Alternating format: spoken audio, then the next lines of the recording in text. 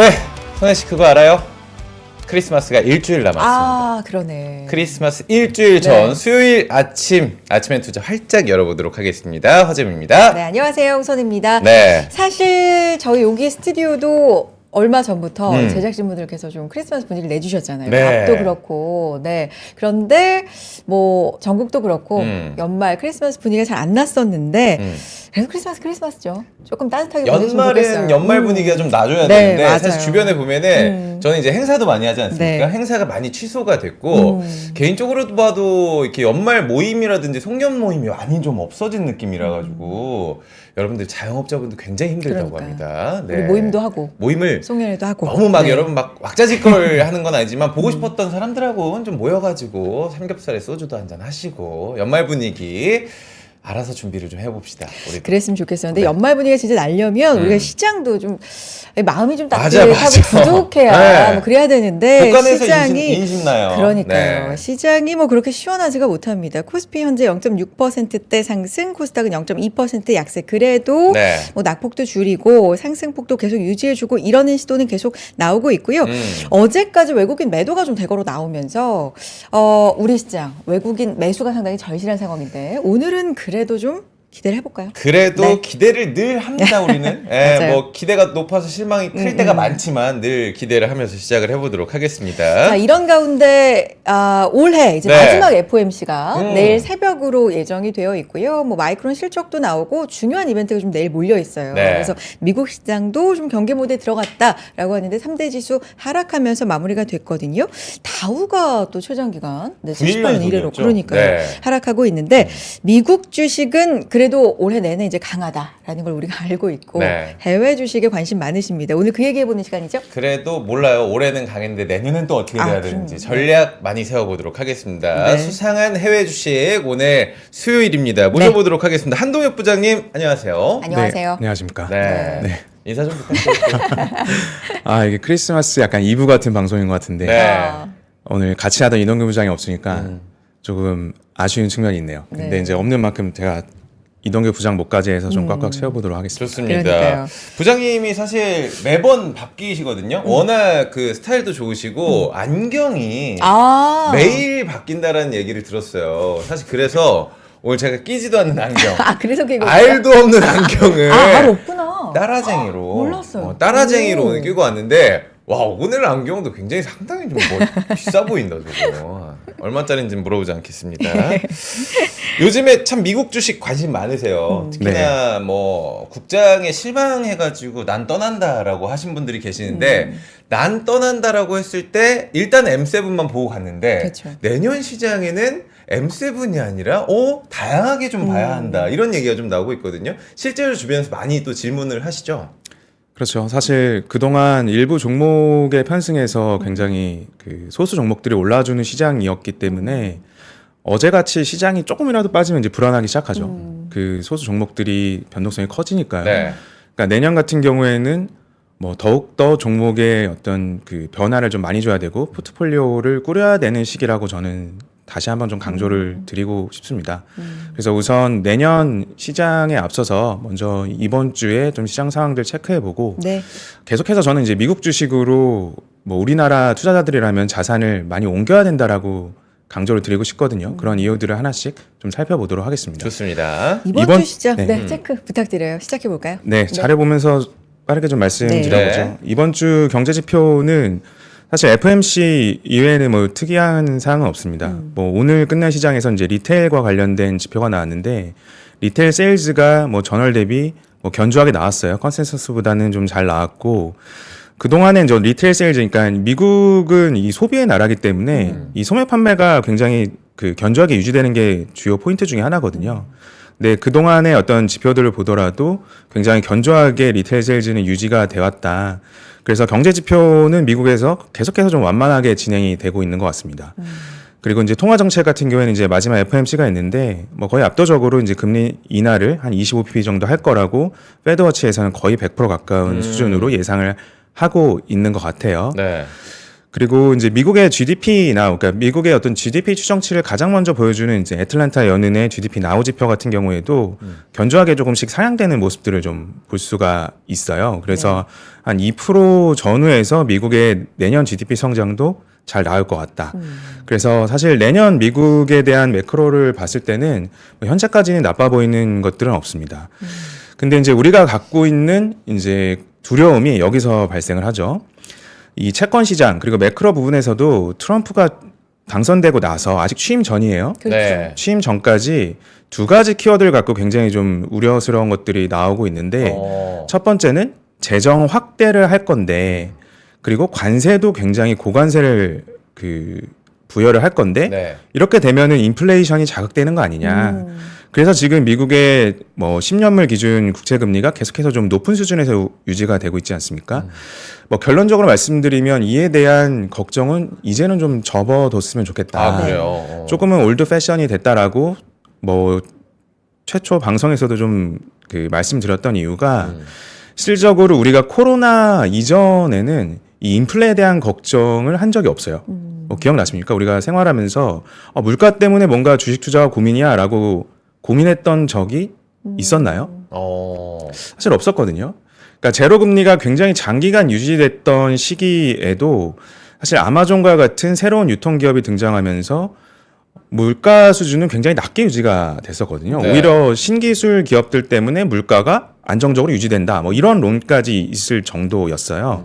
그러니까 이제 우리가 지금 인플레에 대한 두려움을 갖는 거는 코로나 시기를 말미암아서 굉장히 공급 쪽에서의 경색이 일어났기 때문에 그에 대한 어떤 트라우마가 아직까지도 지속이 되고 있는 형국인 거죠. 네. 하지만 관세 측면에서 한번 볼까요?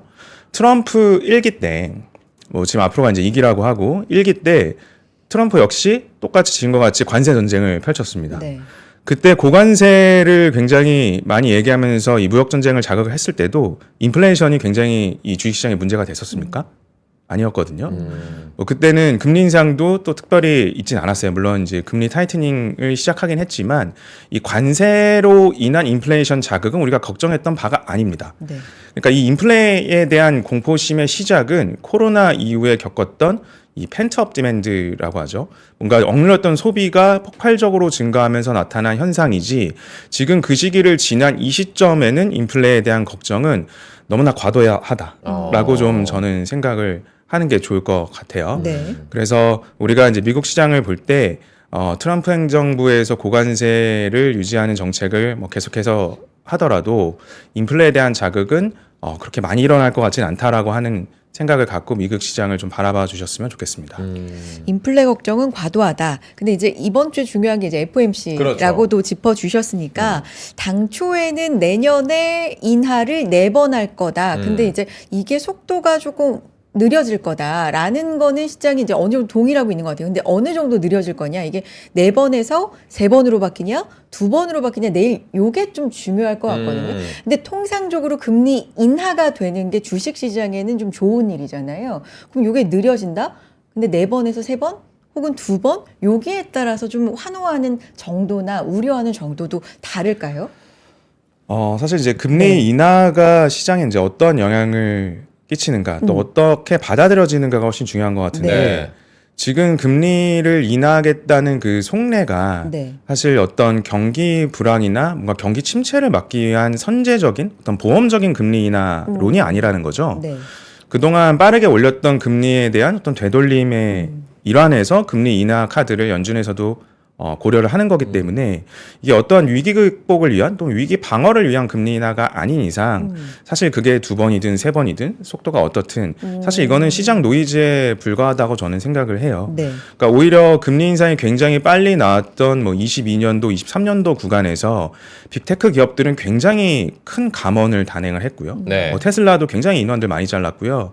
주요 뭐 마이크로소프트도 마찬가지고 뭐 알파벳도 그 개발자 감원에 굉장히 많은 공을 들였습니다.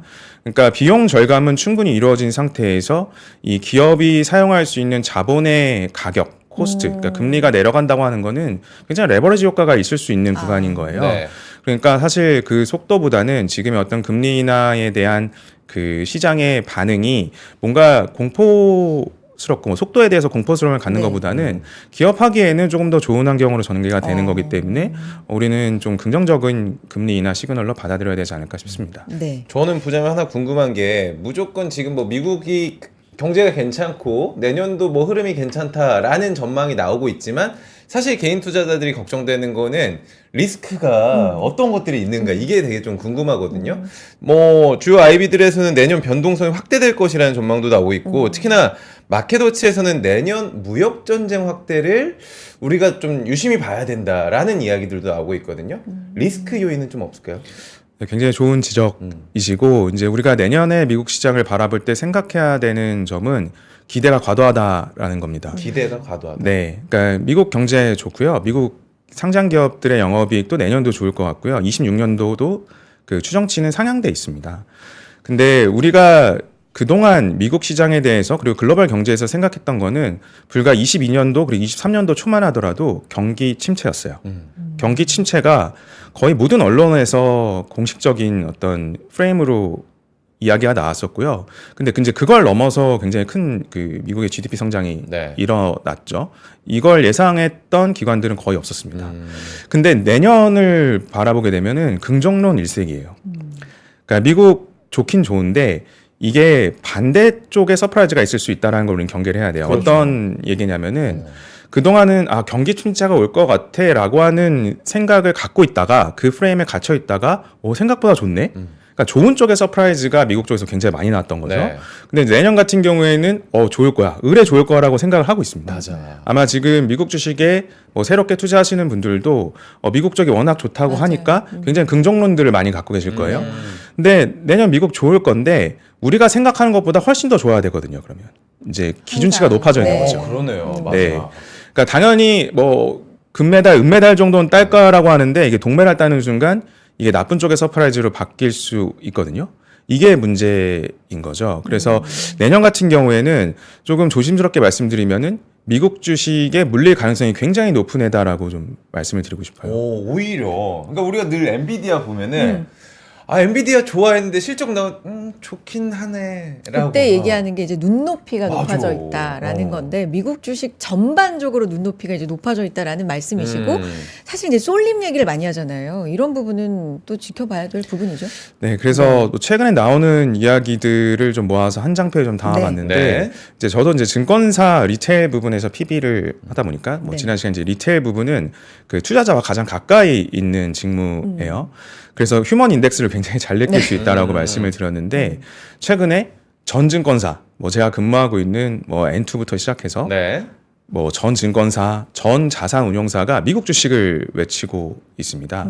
뭐 비록 미국 시장이 굉장히 큰 시장이고 뭐 국내의 어떤 서학개미들의 물량을 다 받아줄 수 있는 시장이라 하더라도 한쪽으로의 쏠림은 역사 속에서 항상 부작용을 야기해왔거든요.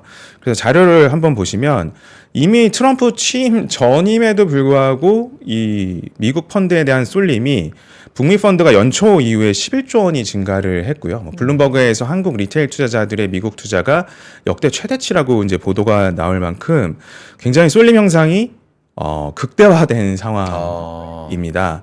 그러니까 미국 시장이 이거를 성장성으로 받아줄 수 있다 하더라도 우리가 종목을 다양화하지 않으면은 실질적으로 과도한 기대감에 우리는 좀 물릴 가능성이 굉장히 크다라고 저는 보여져요. 그래서 내년 같은 경우에는 반드시 포트폴리오를 다양화해야 되고 지금 고평가 받고 있는 기업들이 뭐 그럴 만한 이유가 있어서 계속 주가 랠리를 가는 측면도 있지만 저평가 받고 있는 미국의 어떤 소비주들이나 대표적으로 지금 나이키 같은 경우에는 굉장히 주가가 싼데도 움직이지 못하고 있죠. 다른 네. 소비주들도 마찬가지예요. 그런 다양한 섹터들에서 미국의 성장성을 향유할 수 있는 방법을 포트폴리오로 우리는 구축을 해야 된다라고 저는 생각을 하고 내년에 미국 시장을 대응하는 방법은 성장성이 나오는 산업에 대해서 포트폴리오를 구축하는 방법이 저는 매우 절실한 구간이라고 저는 생각을 하고 있습니다. 그러니까 미국 주식에 너무 쏠려 있으니까 위험이 있으니까 하지 마라가 아니라 포트폴리오를 좀 다양하게 해야 된다가 부장님의 핵심이시네요. 네, 맞습니다. 네. 근데 사실 우리 시청자 여러분들도 너무 쏠림이 심해. 홍선혜만 너무 예뻐하고 아? 허잼은 안 예뻐해 주시고. 갑자기? 어. 아니에요. 여러분 이러면은 안 반대 됩니다. 아니야? 이렇게 여러분 저한테도 관심을 좀 주셔야 어느 한쪽으로만 쏠리면 안 됩니다. 갑자기? 감사합니다. 항상 저희 둘 다 네, 네. 사랑해 주시고 항상 봐주시는 분들 감사드리고 갑자기 나 너무 갑자기. 당황했는데 네. 어쨌든 미국 주식 얘기 좀 이어가 보겠습니다. 그 얼마 전에 기억나요? 트럼프 당선자가 오프닝 벨 쳤잖아요. 맞아요. 미국- 예. 그러면서 이제 거기서 거래소 가서. 뭐 여러 가지 얘기 그날 했는데 미국 주식으로 자금 두고 봐라 다 쏠리게 하겠다. 네. 그랬는데 이제 일각에선 또 이렇게 쏠림을 자제해야 된다 얘기 들리고 전 내년이 너무 궁금한데요. 내년이요? 진짜 어떻게 될까? 그니까. 그러니까. 근데 부장님의 의견에 동의하는 바가 많습니다. 네. 또 하나 좀 짚어볼게.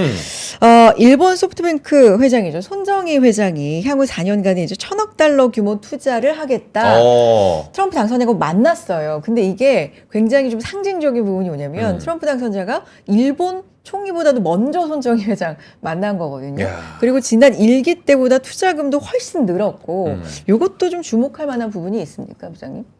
안 그래도 제가 이 여의도 스튜디오 오면서 네.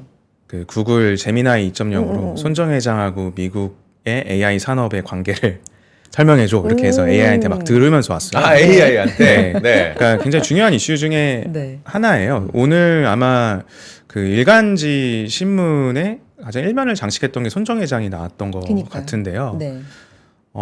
저는 좀 오버랩되는 게 일론 머스크와 트럼프가 좀 생각이 나더라고요.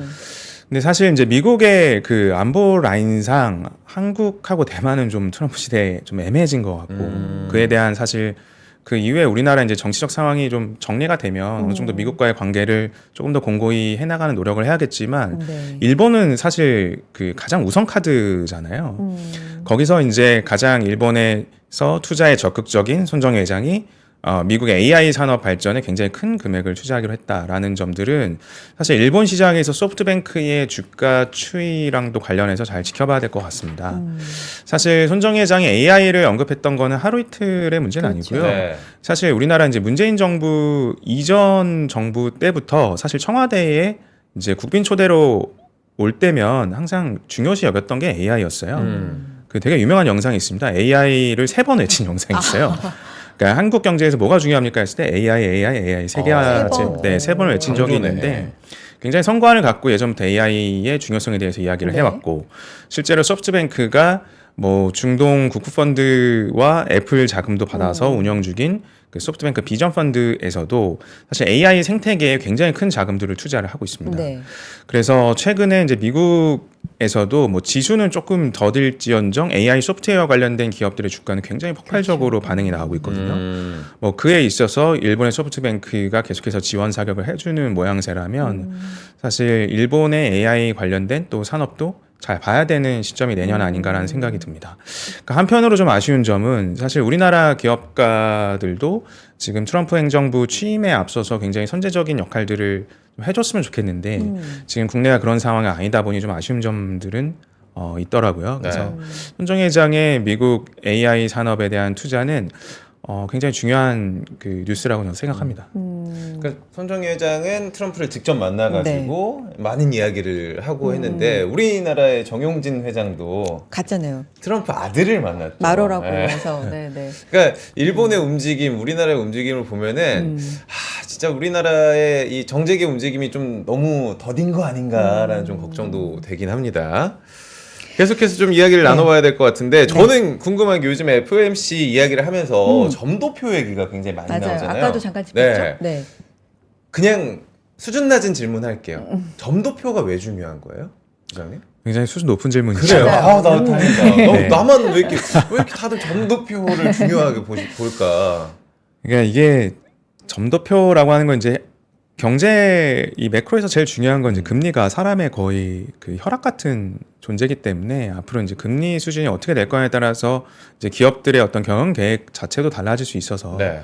그러니까 기업 입장에서는 새로 R&D 투자나 뭔가 이제 공장 투자 같은 캐펙스 투자하는데 드는 비용의 측면이겠죠.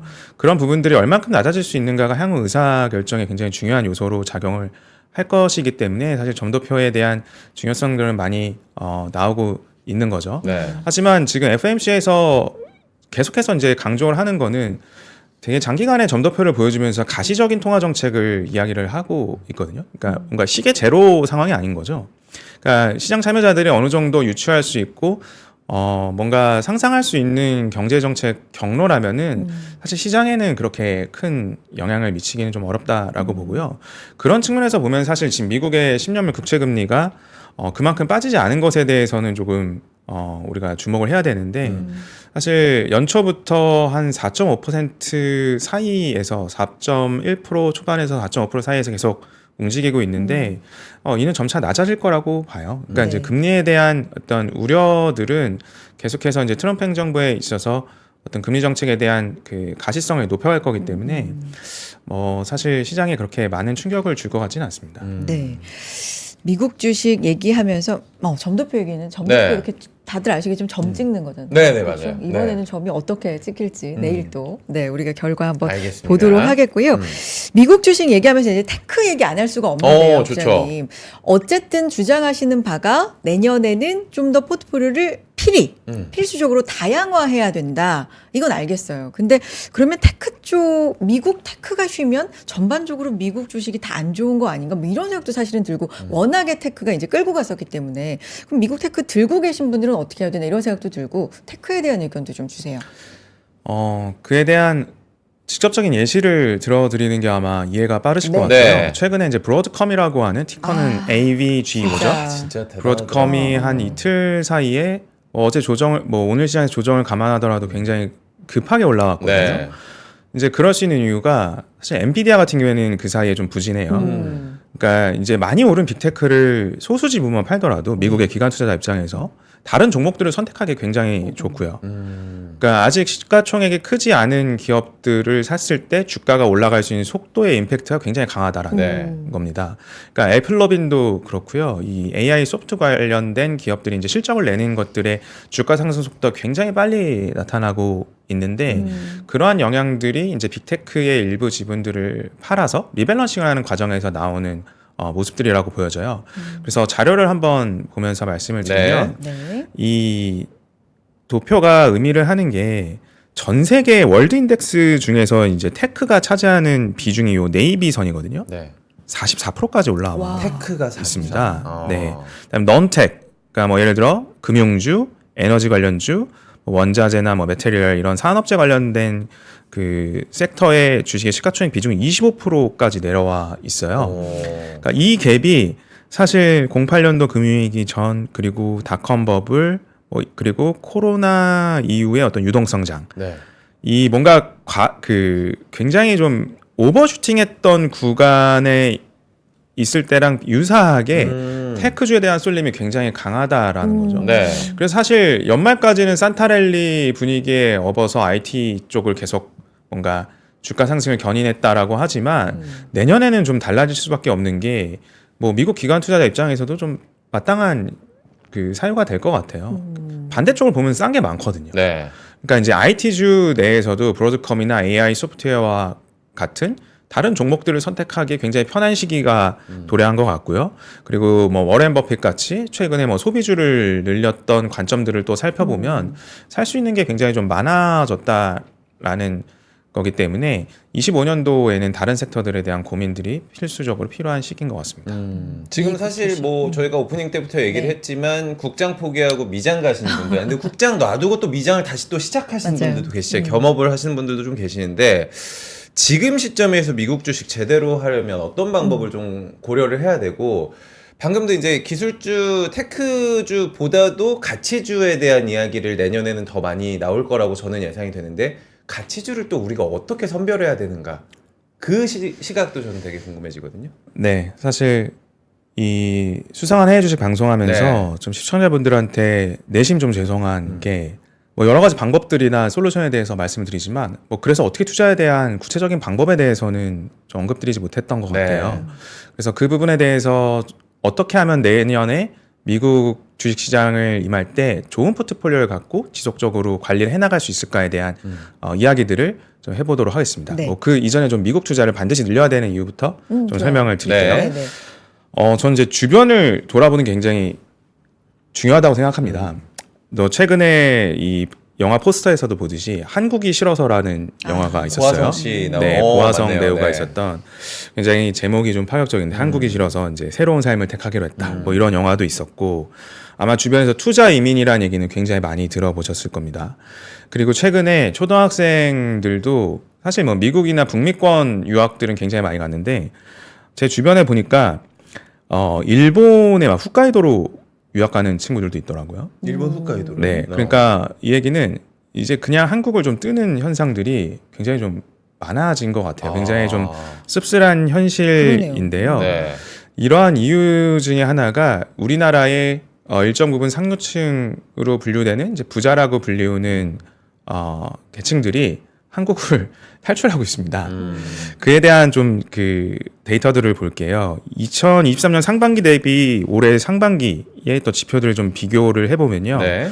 국내 소비 지출은 2.5%밖에 증가 안 했습니다. 근데 국외 소비 지출은 50%가 늘었고요. 야, 비교가 안 되네. 우리나라 기업들의 대외 직접 투자 규모도 81% 증가했습니다.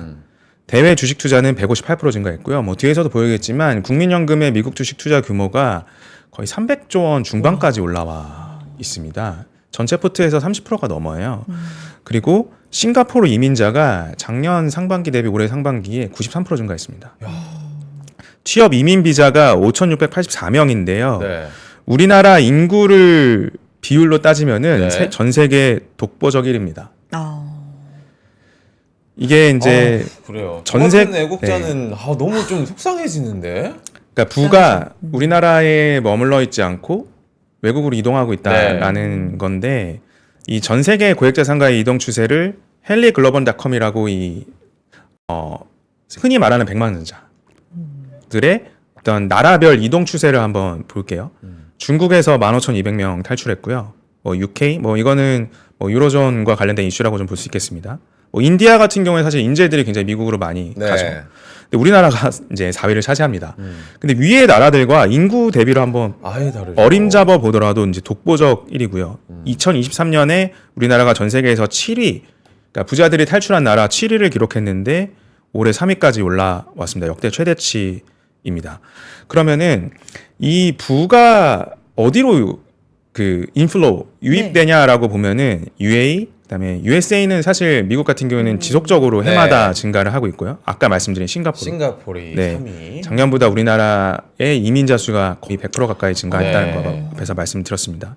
일본까지 이렇게 증가하는 것들을 볼 수가 있겠죠. 네. 그래서 사실 이제 미국에 투자해야 되는 이유 중에 하나가 일론 머스크도 사실 남아공 출생이고 남아공에서 공부해서 캐나다 갔다 미국으로 왔고요. 전 세계의 인재들이 다 미국으로 갔다가 미국을 탈출하지는 않습니다. 네.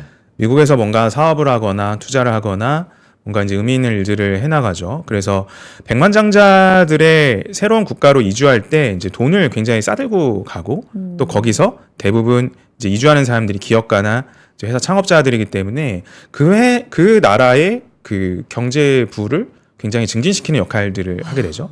그에 대한 게 당연히 주식 투자 시장이 살찌우는 계기가 되고요. 네. 그러니까 미국 시장에 보더라도 누홀딩스, 남미 지역의 최대 핀테크 업체이죠. 그리고 그 유럽의 주요 기업들도 미국 시장에 상장이 동시에 돼 있습니다. 네.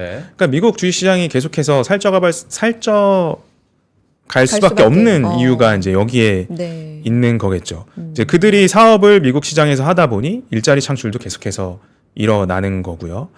그래서 이제 미국의 AI 산업 같은 경우에는 굉장히 길게 이어질 거라고 보고 있습니다. 그래서 지금 당장이라도 저는 미국 투자를 늘려야 된다라고 생각하는 이유가 그동안의 혁명의 사이클을 다시 한번 되짚어 보면은 인터넷이 보급될 때는 정부 주도로 했어요. 본 자료는 이제 저희가 미국 투자를 이제 같이 많이 하는 IN 캐피탈 파트너스 자료를 좀 인용해서 말씀드리겠습니다. 인터넷 시대는 정부가 주도를 했었고 기업은 좀 수동적이었어요. 그리고 정부 예산이 편성이 되지 않으면 좀 그 공격적인 투자가 좀 멈추게 됐었죠. 근데 스마트폰 시대를 보면은 벤처 캐피탈이 그 역할을 했습니다. 근데 이제 벤처 캐피탈이 투자를 할 때는 이제 실패하는 기업들도 굉장히 많이 나오기도 하고요. 돈 버는 기업들한테는 투자가 몰리는데 돈을 잘 못 벌기 시작하면 그 투자금의 집행이 멈추기 시작합니다. 그러니까 일정 부분 연속적인 것에 대한 좀 한계가 있었고요. 근데 지금의 AI 산업은 어떤가요? 미국의 빅테크들이 주도를 하고 있습니다. 그렇죠. 그 돈은 어디서 나오죠? 미국의 빅테크 기업들이 벌어들이는 영업이익에서 원천을 합니다. 또 그걸 갖고 자사주를 소각을 하고요. 그래도 남는 금액을 R&D에 투자를 합니다. 그러니까 계속해서 그들의 영업이익을 증진시키는데 지속적으로 AI 투자가 좀 이어지고 있는 네. 야. 양상인 거죠. 그래서 굉장히 길게 이어질 수 있다라고 말씀드리는 이유가 여기에 있는 거고 지속성을 갖고 우리는 봐야 되는 시기라고 저는 보고요. 그럼에도 불구하고 이제 미국의 증시 자금이 굉장히 넘쳐나는 시기이고요. 아무래도 이제 AI 산업을 우리가 투자할 때 고를 수 있는 나라가 사실 미국밖에 없습니다. 뭐 정말 좀 씁쓸한 얘기지만 한국에는 없어요. 그러니까 미국에서밖에 찾을 수가 없는 이유고 미국은 기업들이 돈 벌면 자사주 매입합니다. 근데 이익은 계속 늘어나죠. 그러니까 유상증자를 하지 않고 주식의 수는 늘어나지 않아요. 그리고 자사주 매입으로 계속 없어져요, 주식은.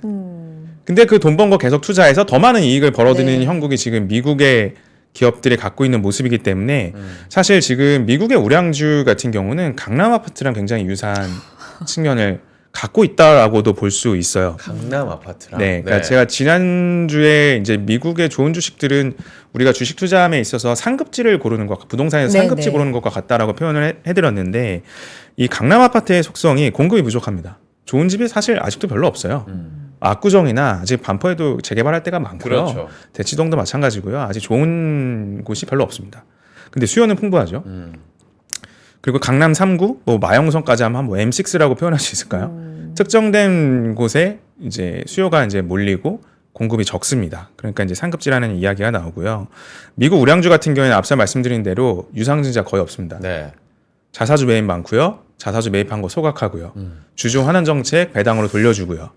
그런데 이익은 견조하게 계속해서 상승하고 기술의 격차는 계속해서 높아지는 상황인 거죠. 계속 희귀해지는 거예요. 선순환이네요, 진짜. 우리 다다님 비유해 주셨는데. 진짜. 맞습니다. 그러니까 네. 돈이 들어가서 계속 거기서 돌고 있는 거 맞아요. 같아요. 근데 외부에서 또 돈이 들어가. 눈덩이처럼 커지고. 커지는 것 같아요. 네. 네. 그래서 이제 미국 주식 같은 경우에는 지금도 아직 늦지 않았다라고 저는 네. 보고 있고요. 네.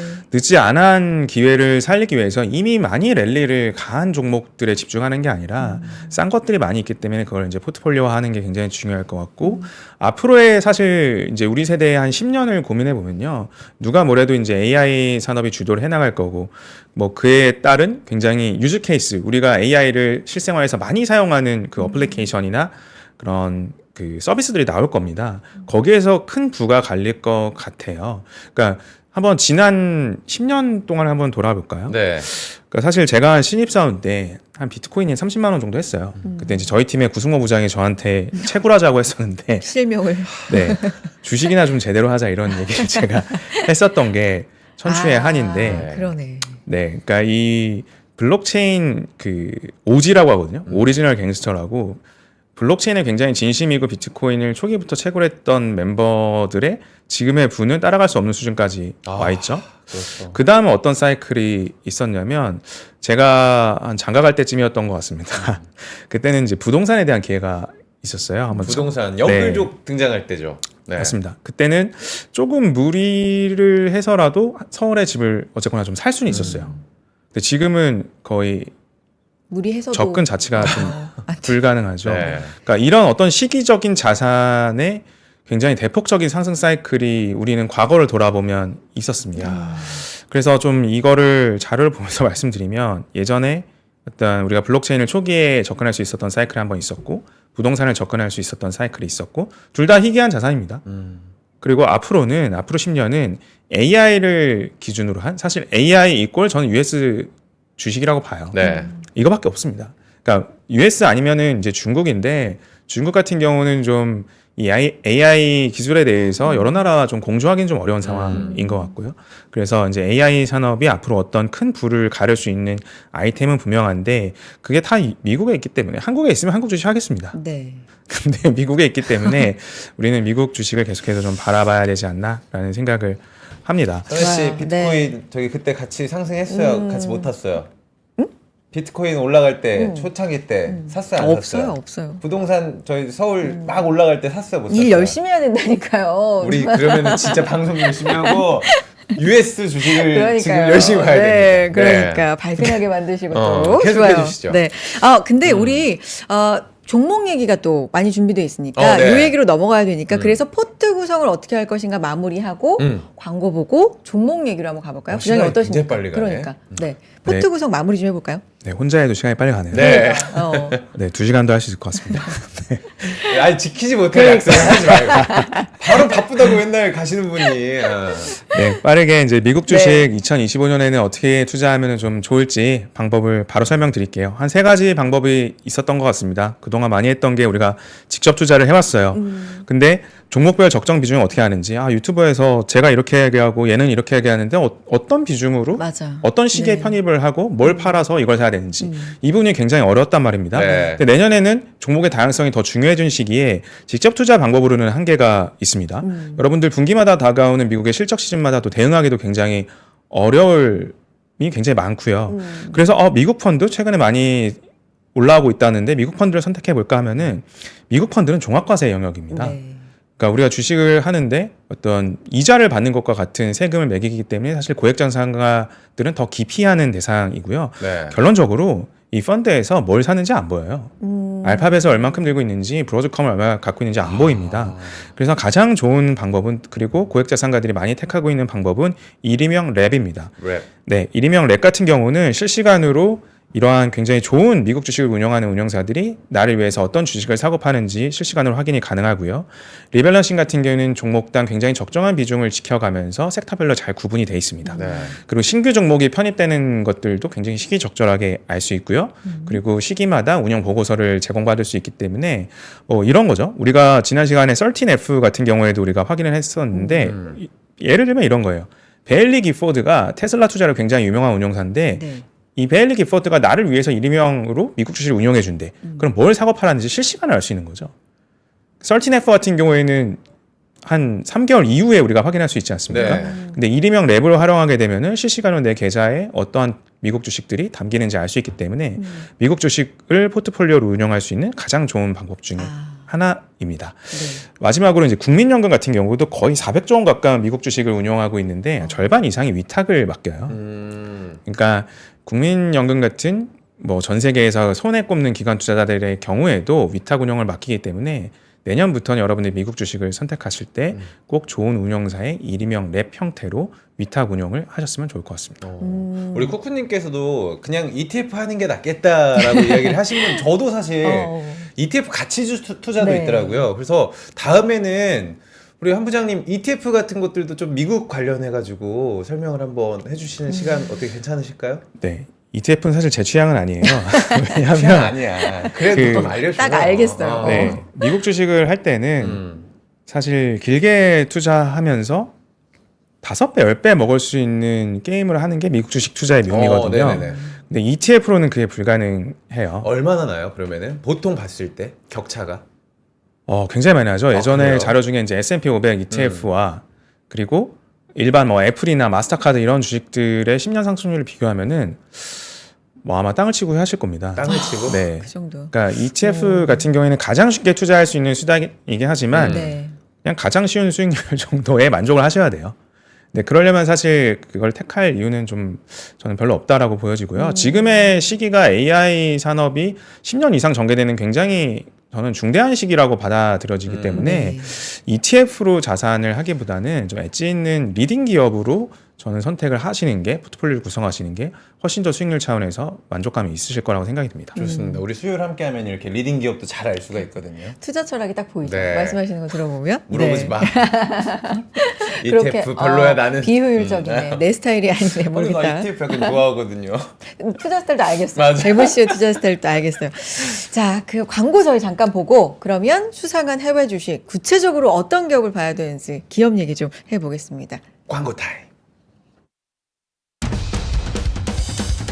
와, 멋있다. 부러운가? 기본기 연습과 스트로크 훈련에 1532시간을 투자해 갖게 된 리듬이다. 나의 드럼도, 나의 자산도 투자로 키운다. 나는 투자한다. 나는 성장한다. NH투자증권.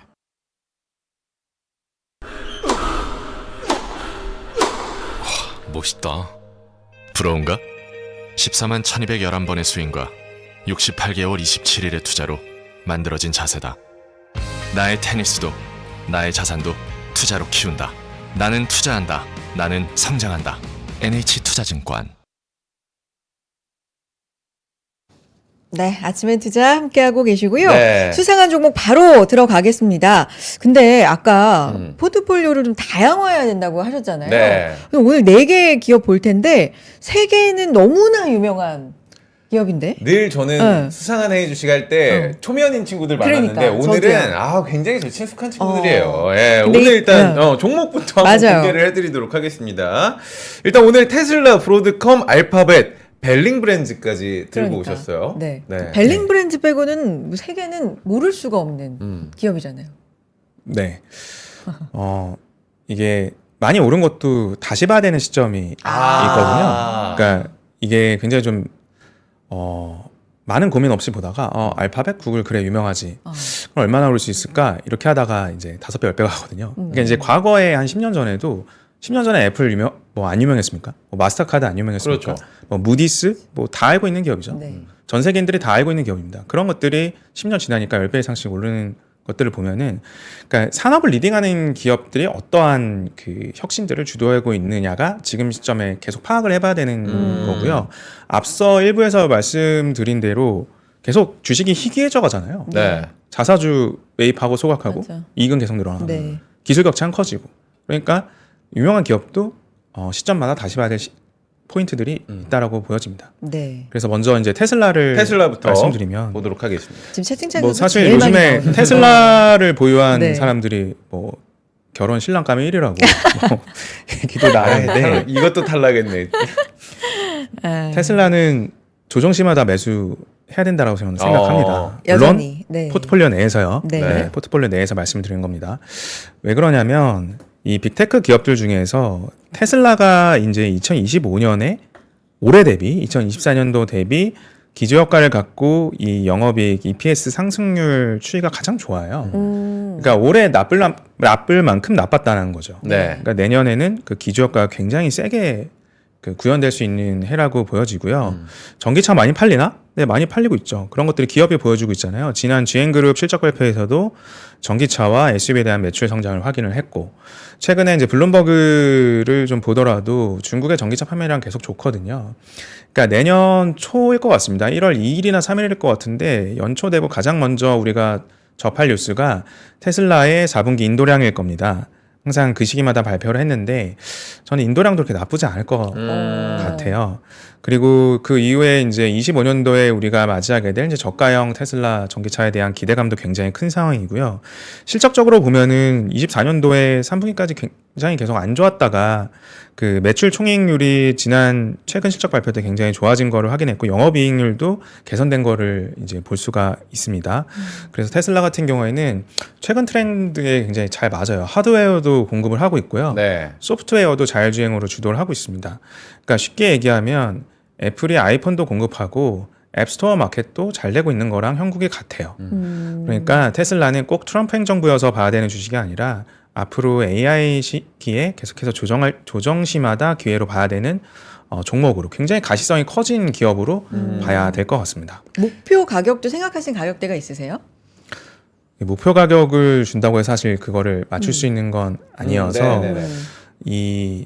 우리가 중요하게 봐야 될 게 이익의 성장이 계속해서 나오는 구간에서는 주식을 계속 보유해야 됩니다. 근데 뭔가 크리티컬한 이슈로 이익의 성장이나 뭔가 R&D의 성장이 끊겼다라고 하면은 그때 이제 매도를 좀 고민을 근데 해봐야 이미 봤을 때 지금 테슬라 주가가 트럼프 당선 후에 90% 넘게 지금 그러니까요. 폭등을 했거든요. 네. 근데 이 상황에서 조정이라 하면 어느 구간인지도 궁금해지고, 여기에 머스크 형님이 테슬라 말고도 꿈이 너무 많아. 우주도 가야 되고 로봇도 해야 되고 비만 치료제도 해야 되고, 이게 우리가 예전에 우리나라 잘 나가는 기업이 나중에 이제 문어발식 경영처럼 막 이것저것 다 하는 거 아니야라는 걱정도 좀 되거든요. 이게 윈윈할 수 있을까요? 어떻게 보세요?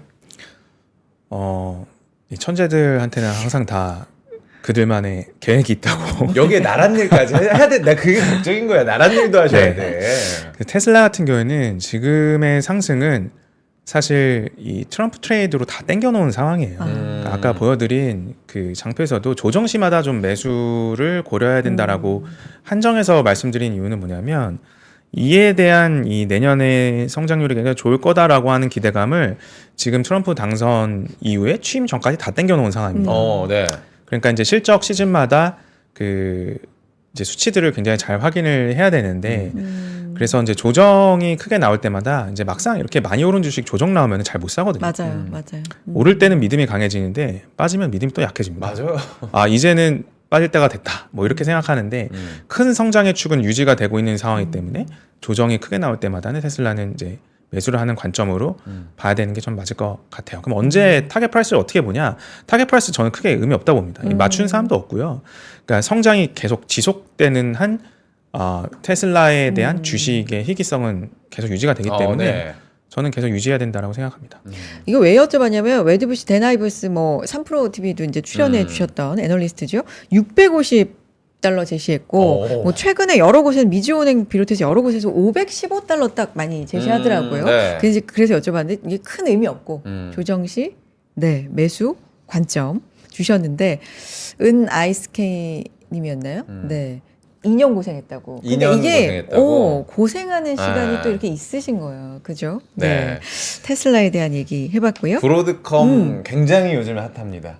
대항마, 엔비디아 대항마로. 덤벼. 브로드컴 어떻게 봐야 지금 될까요? 며칠 만에 급등했어요. 엔비디아에서 오. 브로드컴으로 갈아탈 그러니까. 때다 뭐 이런 토론도 많이 하더라고요. 네.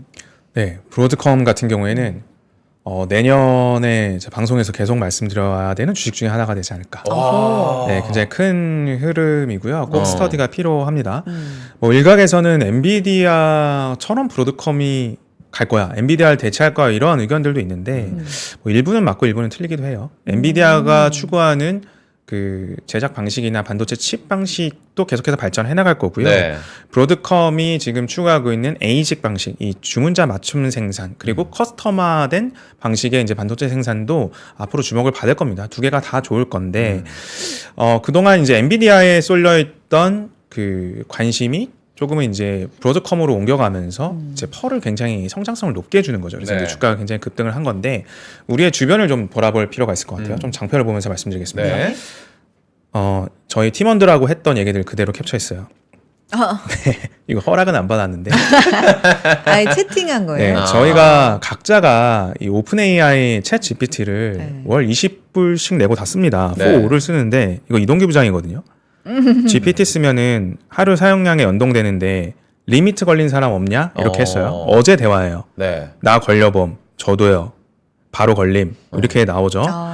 그러니까 지금 GPT를 통해서 업무를 하고 처리하는 양이 지금 굉장히 과부하가 많이 걸린 상태입니다.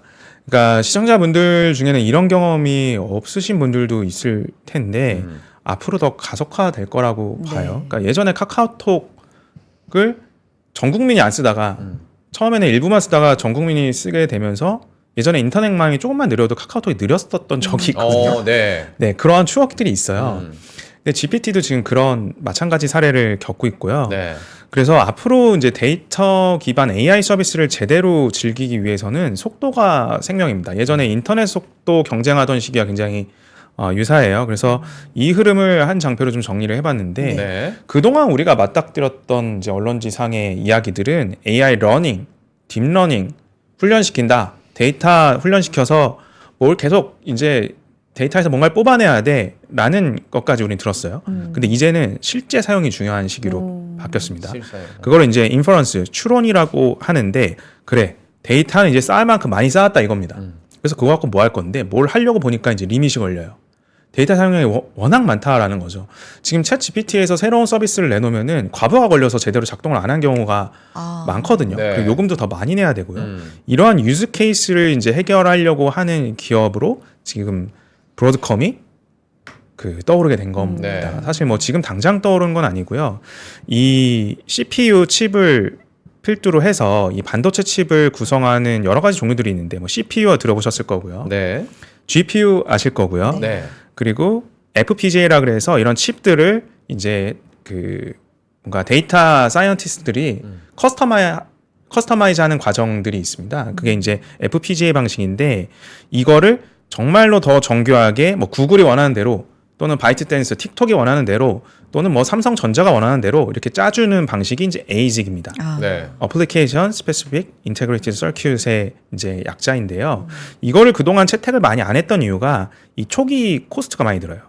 FPGA는 그 단가가 처음에는 싼데 점점 더 이 데이터 센터를 올릴수록 비용이 늘어나거든요. 근데 ASIC은 처음에는 이 개발 비용이 비싸죠. 네. 애플 맞춤형으로 또는 틱톡 맞춤형으로 하려면 처음에 개발비는 비쌉니다. 네. 근데 이게 축적될수록 이제 코스트가 이 FPGA 방식보다 낮아지는 구간에 지금 도래하기 시작합니다. 그래서 실제로 일본의 기업 중에 하나는 이 FPGA 방식의 반도체 칩 설계 방식을 ASIC으로 바꿔주는 기업도 있어요. 이런 일본 주식도 저는 잘 봐야 된다라고 생각합니다. 그래서 이제 앞으로의 AI 투자의 전환은 소프트웨어 능력을 통한 이제 돈을 버는 서비스를 만드는 사회로 이제 바뀌는 거예요. 이거 정말 잘 기억하셔야 되는 게 우리가 모바일 폰, 스마트폰 사회가 오고 나서 실제로 사용할 수 있는 딜리버리 앱이라든지 또는 뭐 가구 회사도 이제 어플리케이션을 들어왔고요. 그렇죠. 이런 데서 굉장히 큰 투자 기회들이 발생을 했는데 AI도 지금 마찬가지입니다. 그의 이제 대장주가 그 ASIC을 필두로 한 이제 브로드컴이고요. 브로드컴 같은 경우에는 제가 테슬라의 상승 공식을 가졌다 뭐 이렇게 말씀을 드리는 이유가 네. 하드웨어도 공급을 하고요. ASIC 기반의 어떤 하드웨어도 공급을 하고 이 VM웨어라고 하는 소프트웨어도 공급을 합니다. 최근에 실적 발표에서 이 VM웨어의 영업이익률이 거의 60% 넘어서 70%까지 육박하는 것들을 이제 보여주고 있는데 AI 산업에서 새롭게 주목받고 있는 하드웨어와 소프트웨어 두 가지를 다 가진 자이기 때문에 지금 브로드컴이 월가에서 굉장히 각광을 받고 있는 주식으로 부상하게 됐죠. 이유가 있네요. 최근에 급등에. 네. 빨리 넘어갈까요? 한 시간이 없어서. 선생님, 저희 네. 학생들이 지금 그러니까. 너무 이해를 잘하고 네, 있어가지고 너무, 빨리빨리 지금 쭉쭉 속도감 넘어가겠습니다. 있게 예. 끊지 말고 가볼게요. 네. 네.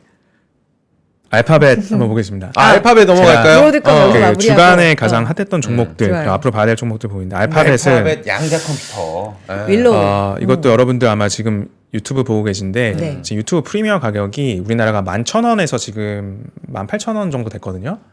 그렇게 올랐어요? 네, 한 70% 올랐습니다. 전 통신사 그 끼워넣기로 해가지고 아, 그래요? 가격도 모르고 있었어요. 저는 저거 다 내요. 아 진짜로? 네. 엄청 네. 올랐구나. 이게 거부하기가 좀 어렵습니다. 그러니까 쿠팡 같은 경우에도 쿠팡 회원제 가격 올랐다고 해서 지금 쿠팡 못 끊거든요. 그렇죠. 그러니까 이게 이제 삶의 패턴이 돼버린 거죠. 네. 그래서 이제 구글의 영업이익 중에서 이제 그 유튜브의 어떤 구독료 모델 수익이 더 많이 올라올 것 같고요. 이거 우리가 어디서 봤죠? 넷플릭스에서 보지 않았습니까? 그렇지. 넷플릭스 그 구독 가격이 굉장히 올라가다 보니까 이제 광고용 요금제도 도입을 하면서 굉장히 퀀텀 점프를 했고 네. 이제 주가가 신고가를 갔는데 이제 알파벳 같은 경우에도 이제 유튜브 사업이 그런 경로에 있다라고 보고요. 굉장히 중요한 게 이제 알파벳에서 두 가지가 발표가 됐어요. 네. 어찌 보면 매크로보다 더 중요합니다. 네. 하나는 양자 컴퓨터와 관련된 윌로우 칩이 뉴스가 나왔고요. 하나는 또 아주 따끈따끈하게 제미나이 2.0이라고 하는 구글의 그 AI 에이전트라 그래요. AI 에이전트요. 네, 실생활에서 AI를 활용해서 다양한 업무를 할 수 있는 툴을 최근에 발표를 했습니다. 그래서 구글 같은 경우에는 이 양자 컴퓨터 이슈도 있고요. 뭐 혹자는 이렇게 얘기합니다. 이 양자 컴퓨터가 상용화될 때까지 굉장히 많은 제약과 그 시간이 걸릴 거야. 네. 근데 기술 발전 속도는 점점 가속화됩니다. 우리가 생각하는 예전의 그 평면적인 속도가 아니에요. 계속해서 이 데이터들이 많이 쌓여가는 구간이기 때문에 기술 발전 속도는 굉장히 빨라질 거고 이 상용화에 대한 것도 우리가 생각한 것보다 저는 빨리 나올 수 있다고 봐요. 그래서 이제 구글이 그걸 주도하고 있고 이 소프트웨어 쪽에서도 제미나이 2.0 여러분 지금부터 사용해 보세요. 지금 앱스토어에서 바로 다운받을 수 있고 돈 내야 돼요?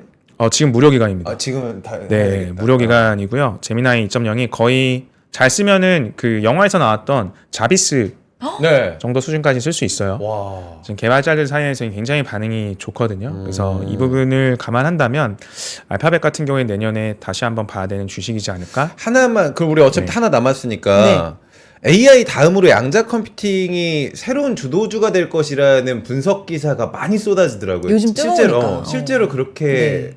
판단을 하실까요? 우리 부장님은? 무조건 가는 길이라고 봐야죠. 가는 길이라. 네. 그래요? 왜냐하면 이 CPU의 역사에서도 보면은 그런 얘기가 뭐 해가 갈수록 계속해서 CPU의 성능은 좋아졌고요. 그에 따른 소프트웨어, 게임들 계속 고상화됐죠. 그래픽 좋아지고요. 네. 그러니까 또 CPU 사양 올라가고요. 메모리 사양 올라가고요.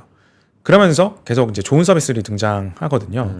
그러니까 퀀텀 그 양자 컴퓨터 같은 경우에는 우리의 어떤 컴퓨팅 능력을 활용할 수 있는 생활 수준을 굉장히 그 획기적으로 끌어줄 수 있는 이슈입니다.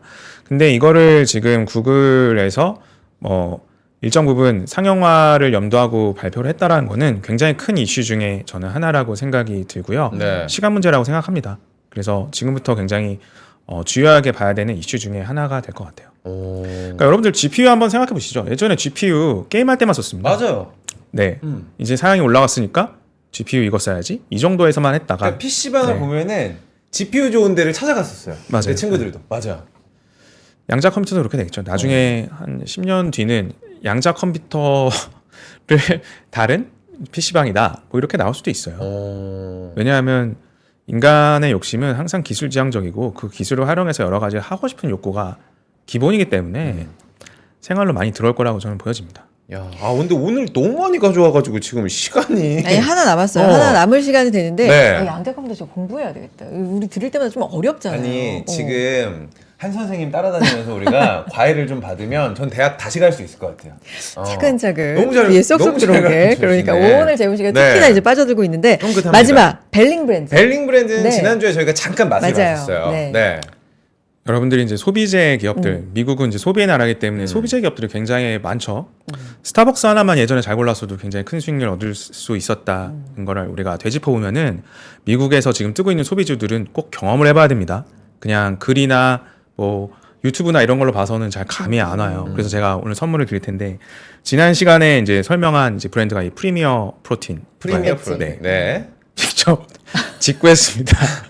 와, 네. 네. 아 PPL 아니고요. 정성이 진짜. 내 돈 내산이에요. 네. 감사합니다. 네. 네. 그래서 이 제품을 운동 좋아하시는 분들은 또 프로틴, 그 다이어트 하시는 분들은 지금 쿠팡 직구를 살 수 있기 때문에 한번 경험을 해보시면 특히 카라멜 맛은 진짜 신세경이에요. 광고 신세경. 광고인데. 벨링 브랜드에서 뭐 안 봤습니다. 네네. 내 돈 내산이고 네. 그냥 기업 소개를 위해서. 그러니까 네. 우리가 예전에 그 호카 브랜드인 데커스 아웃도어나 맞아요. 뭐 온러닝, 그 온홀딩스도 우리가 초기부터 투자하고 수익률로 연결시키기 위해서는 직접 경험해봐야 되거든요. 그러니까 아베크롬비앤 피치 같은 경우도 굉장히 많은 그 성장성이 대두가 되고 주가가 올랐지만 그 디자인이 어떻게 바뀌었지 이거를 생각 못하면은 경험해보지 못하면 미국 소비주는 못 고르거든요. 그래서 꼭 경험을 해보시라고 말씀을 드리고 싶고 이 벨링 브랜드 같은 경우에는 내년이 굉장히 중요한 해입니다. 네. 마케팅을 북미 지역에서 굉장히 세게 드라이브를 거는 해가 될 거고요. 그래서 이런 미국에서 뜨고 있는 이 소비재가 미국을 넘어가기 시작할 때 그 주가 흐름이 굉장히 탄력적으로 이제 드라이브가 걸리거든요. 그러니까 이제 이 프리미어 프로틴 같은 경우는 아직 우리나라 분들 잘 모르지 않습니까? 네. 헬스 좋아하시는 분들도 잘 몰라요. 그러니까 정말 초기 국면이고요. 이 기업이 지난 시간에 말씀드렸던 비즈니스 모델 중에 쿠키 커터 계속 찍어내면 찍어낼수록 팬들이 있다면 확장할 수 있는 브랜드력을 갖고 있거든요. 그렇기 때문에 여러분들이 꼭 이런 미국의 소비재들은 연말에 뭐 블랙 프라이데이 또 할인도 하니까 네. 경험을 해보시면 투자에 도움이 많이 되지 않을까 싶습니다. 아니 자꾸 이제 경험을 해보셨기 때문에 또 특징을 설명해 주시려다 보니까 광고 같지만 네. 네. 이 강점이 뭐예요? 사실 저 같은 경우는 많이 드시지 않나 운동하는 분들 이러는데 맞아요. 이게 네. 초기 국면이라고 하시니까 지난번에 설명해 주셨던 거 잠깐만 복기해 보면 뭐가 다른 거죠? 우선은 이 벨링 브랜드의 프리미어 프로틴 같은 경우는 네. 프로틴 함량이 30g이에요. 근데 이제 우리나라 제품들 아마 여러분들 편의점 가서 살펴보시면 10 후반대? 맞습니다. 20g? 20g 뭐 제일 정도. 많은 게 22g 네. 정도인데 프리미어 프로틴 같은 경우는 30g 되어서 굉장히 고함량의 그 성인용 분유라고 네네네네네. 보셔도 되고요. 그러니까 어. 사실 이 프로틴이 성인용 분유거든요. 음. 압축적으로 단백질을 공급해 주는 건데 굉장히 맛도 좀 다양합니다. 뭐 스트로베리 맛부터 카라멜 맛까지. 강추는 굉장히- 카라멜. 카라멜 오늘 강추합니다. 의상도 캐러멜이라고 그러니까. 지금 댓글이 엄청 달리고 있는데 네. 좋습니다. 어쨌든. 아직 국내 출시는 안 된 거고 판권도 누가 산 건 아니죠 지금. 네, 뭐 네. 여유만 되면 제가 해보고 싶은데 아마 지금 그러니까 아 진심이셔. 여러분 네. 저 프로틴 음료가 저희 3%의 광고가 들어오는 그날까지 달려야 돼요 저희는. 이 광고 네. 아니었어요. 오늘은 정말 기업 저기는 지금 소개였고. 3%가 어디에 있는지도 몰라요. 예, 그러니까. 걱정 안 하셔도 됩니다. 자 오늘 짧게 이제 마무리하면서 어떤 마음가짐으로 이제 투자에 집중해야 되는지 오늘 미국 주식부터 우리 주식부터 뭐 기업 소개까지 진짜 뭐 올해 너무 마지막이다. 알찼어요. 올해 그러니까. 마지막이야. 네. 왜냐면 다음 주 크리스마스여가지고 올해 마지막 방송이기 때문에 올해 또 마무리 조언을 부탁을 드려보도록 그러니까요. 하겠습니다. 네, 그 미국 주식은 반드시 지금부터 옮겨야 되고요. 미국 자산 달러 베이스로 계속 쌓아가야 되고 이게 아까 말씀드린 비트코인이나 서울의 부동산처럼 앞으로 10년을 봤을 때 이 부의 갈림길에서 굉장히 큰 전환점이 될 겁니다. 그러니까 미국 주식이 딱 정답이다 이것보다는 지금 무조건 AI예요. AI 정말 중대하게 여러분들 생각하셔야 될 것 같고 그거를 구현할 수 있는 리딩 컴퍼니가 미국에 있기 때문에 꼭 여러분들 미국 주식을 하셔야 되고 네. 다만 쏠리지 말고 내년에는 다양한 산업들을 포트폴리오화 할 수 있는 이런 금융투자 상품을 활용해서 하셔도 이제 이 큰 갈림길에서 중요한 길목을 지킬 수 있지 않을까 싶습니다. 알겠습니다. 한덕엽 부장님 여기서 보내드리고 2025년에 뵈야 되겠어요? 와, 네, 발음 좀 해주세요. 건강하게 한 살 더 먹고 내년에 더 좋은 컨텐츠 뵙겠습니다. 고맙습니다. 감사합니다. 네. 자, 아침엔 투자 함께 하셨는데요. 네. 코스피, 코스닥 좀 볼까요? 코스피, 그래도 0.8%까지. 힘을. 네, 상승폭 늘렸고요. 코스닥은 오늘 좀 방향성 달리예요. 0.5%가량 지금 하락하고 있는 상황입니다. 오늘 해외 주식 보고 나니까 내일 FOMC 결과도 궁금해지고. 재밌잖아요. 그러니까요. 늘 이렇게 국장 이야기 하다가 해외 잠깐 또 맞아요. 관심도 가져주고 네. 그리고 또 목요일 날은 여러분 상담소 기다리고 네. 있으니까 내일도 함께 상담 아니라고 합니다. 내일은 또 특별한 코너가 준비가 되어 있다고 하니까 내일도 함께 해주시죠. 아침엔 투자 여기까지고요. 내일 인사드리겠습니다. 고맙습니다. 고맙습니다. 삶의 격을 높이는 9가지 지혜를 함께 나눕니다. 위즈덤 칼리지 시즌 2 영상 아래 링크를 클릭하시면 자세한 내용을 확인하실 수 있습니다.